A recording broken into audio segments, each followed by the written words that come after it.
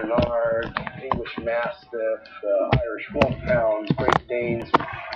A lot of these dogs are really, really big. They make great companions for us, depending on where you live and how much room you really have. Make room for these massive mutts because you'll be getting a lot of attention if you supersize it. If you're walking down the street with an Irish Wolfhound, people are probably going to say, do you have a saddle for that, homie? This dog is like a small horsey.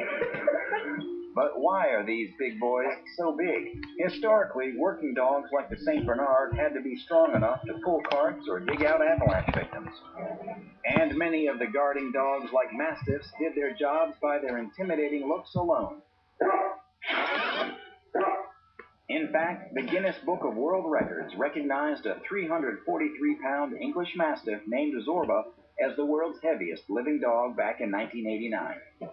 He was 8 feet from head to tail, and he was the size of a small donkey. But the big daddy of the big dogs is the Tibetan Mastiff, because nearly every huge dog in the world owes their heritage to this 180-pound beast. When they were used as guard dogs, they would be entrusted with the care of the entire village. Their progeny went on to become the modern Molosser breeds, including the Mastiffs, the Boxer, and the St. Bernard. As for height, the Irish Wolfhound and the Great Dane are neck and neck for the tallest dog title.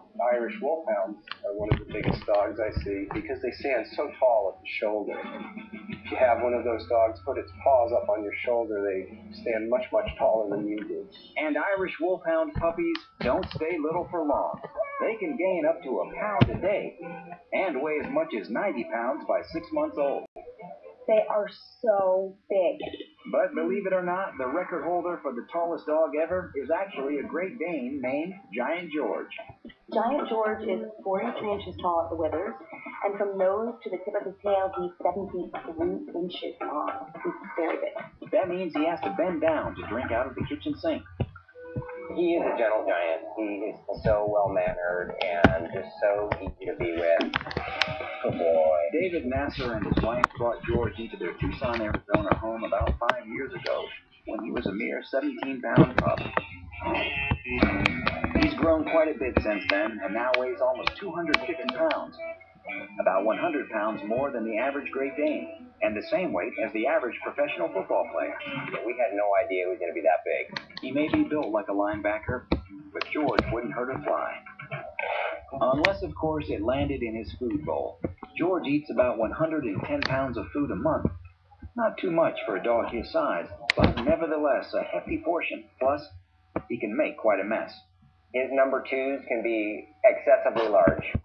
Probably some of them can be as much as 4 pounds. And like most giant breeds, George is devoted to his owners. George is part of the family. I couldn't imagine life without him. If you want to bring a big dog like Giant George into your life, here are a few extreme requirements to watch out for. One of the things about the large, and especially the giant breed dogs, don't let them get overweight, because that's a strain on their heart and a strain on their joints. And here's a tip. Watch out for a big dog issue called bloat. One of the biggest concerns we have with the big dogs is bloating.